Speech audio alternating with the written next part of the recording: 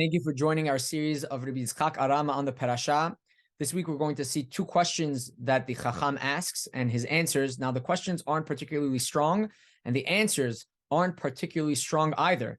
But what's unique about his approach this week is that they are very consistent throughout the entirety of the story, meaning the arguments, the supports that he brings are not home runs.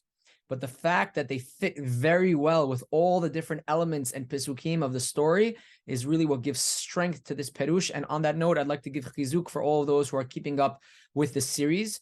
It's very valuable to study a topic with many different interpretations, but it is also very valuable to follow one consistent perush for a long period of time. That gives a person a sense of that author's, that commentary's philosophy, their shita. It gives a wholesome view.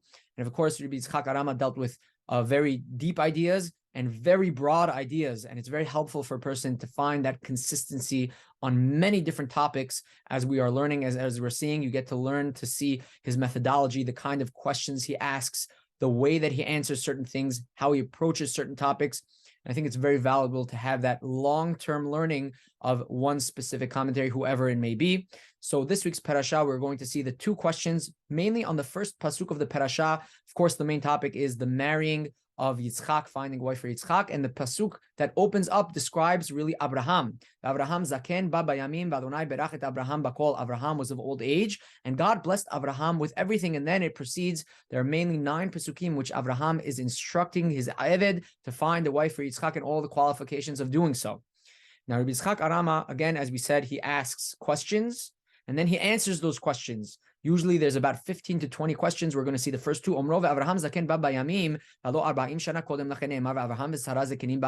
It's interesting. 40 years prior, in Parashat Lech Lecha, when Abraham was about 100 years old, before he has, right when he has Yitzchak, it calls Abraham Zaken. Now, fast forward our Parasha 40 years later, it's also calling Abraham Zaken. Hayye lomar Abraham Zaken meod. It should have called Abraham Zaken meod. Abraham was very old. These are the peshat of the pesukim that Abraham, it says explicitly, was 100 when he gives birth to, when he has Yitzchak. And it says explicitly that Yitzchak is 40 years when he's married. So thus, when Yitzchak is married, Abraham is 140 years. If he was old then what is he now? You're using the same term for a 40-year difference in Abraham's life. That is strange to Rabbi Yishak Arama. Also, the second question is, Hashem berach et Abraham bakol. God blessed Abraham with everything. Why are we saying that right now? It's beautiful. Yes, Abraham lived a beautiful and amazing life, but why are you mentioning that now? Especially since right now there is a dilemma, there is an issue. The problem is that Yitzchak is not married, and there is great importance of finding the perfect fitting wife for Yitzchak.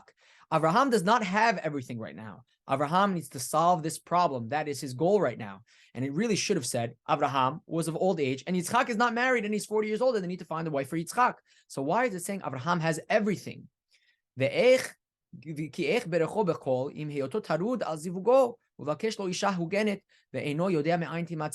have everything if he's now stressed over finding a wife for Yitzchak and he doesn't really know where this wife is going to come from? And the answers that he brings are as follows. You know how we said 40 years ago it calls Abraham Zaken, and in our parasha it's also calling Abraham Zaken, but it seems like there's 40 years in between. He says no. These first 9 pesukim of our parasha are really a flashback to all those years ago, right when Abraham has his son Yitzchak. And this flashback, he brings many different supports for this. None of them are home runs, but the consistency of all of his proofs is really what makes it very compelling. Think about it this way. Abraham, at that point when he has Yitzchak, that's when he really has everything. That's what he wanted. That's when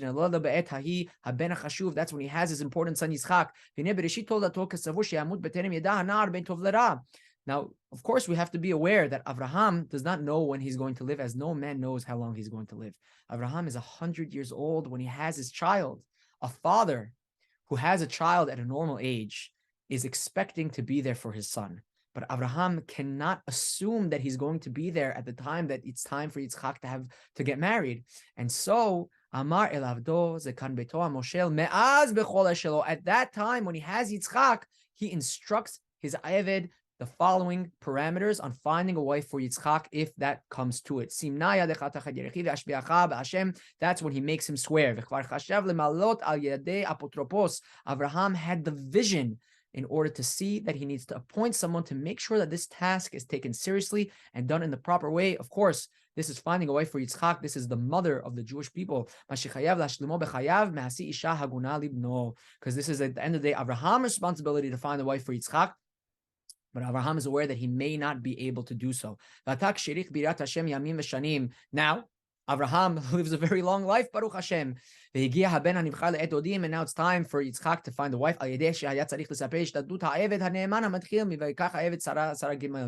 Now it's telling you the whole story of Eved Abraham going and finding a wife for Yitzchak. But now in our parasha, it's giving you a backdrop of how all of this happened. And it's a flashback 40 years prior. This is a necessary backdrop of our story. Now, the stronger support for his argument that it is a flashback, you have to look at the way that Eved describes the sequence of events and how things happen when he's talking to Rivka and her family.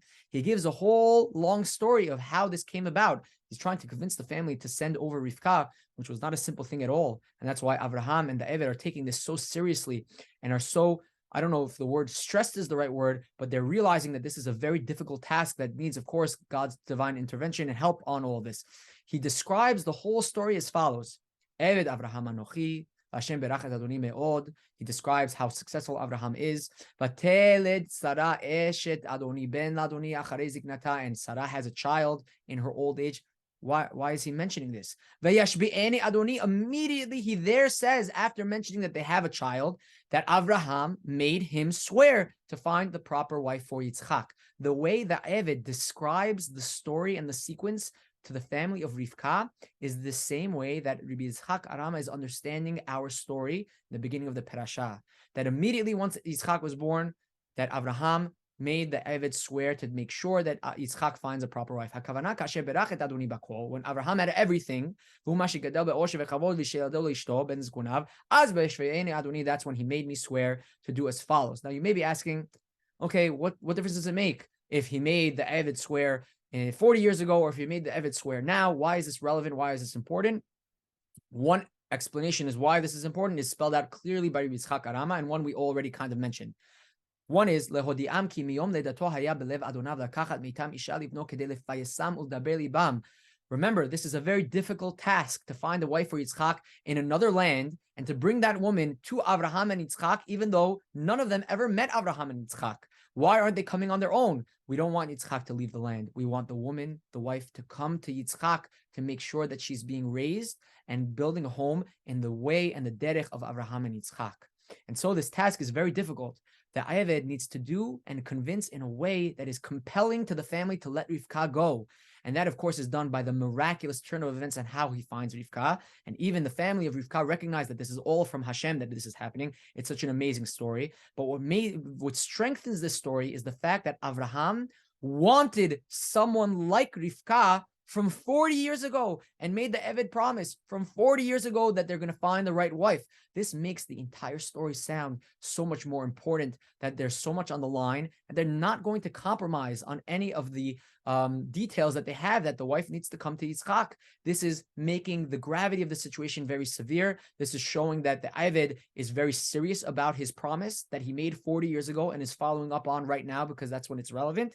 And it makes everything seem like Rivka is so special, that they've been waiting for Rivka. They've been wanting someone like Rivka, and now they found Rivka, and how important it is to them and how valuable Rivka is to them. This makes the entire deal so much more likely to be upheld. And of course, another reason why this is important is to show you the dedication and the responsibility that Abraham has. When he has his son Yitzchak and he is already of old age, he makes sure and puts into place a system that Yitzchak is going to get married to the right woman. And how much of an important lesson this is. Of course, all these stories of the Avot are trying to teach us how we are supposed to behave, how to learn from our Avot and Imahot on the proper derech and the proper path. And this It's a tremendous lesson that when you have a responsibility, especially to your family, especially to find the spouse, the right spouse for a child, how important it is to take it seriously, to think in advance, to look long-term, and to make sure that you get the job done in the best possible way with the help of Hashem. B'ezrat Hashem, we will learn and continue to gain from the insights of Rabbi Yitzchak Arama on the parasha. Hope to see you next time as well. Chazak u'baruch.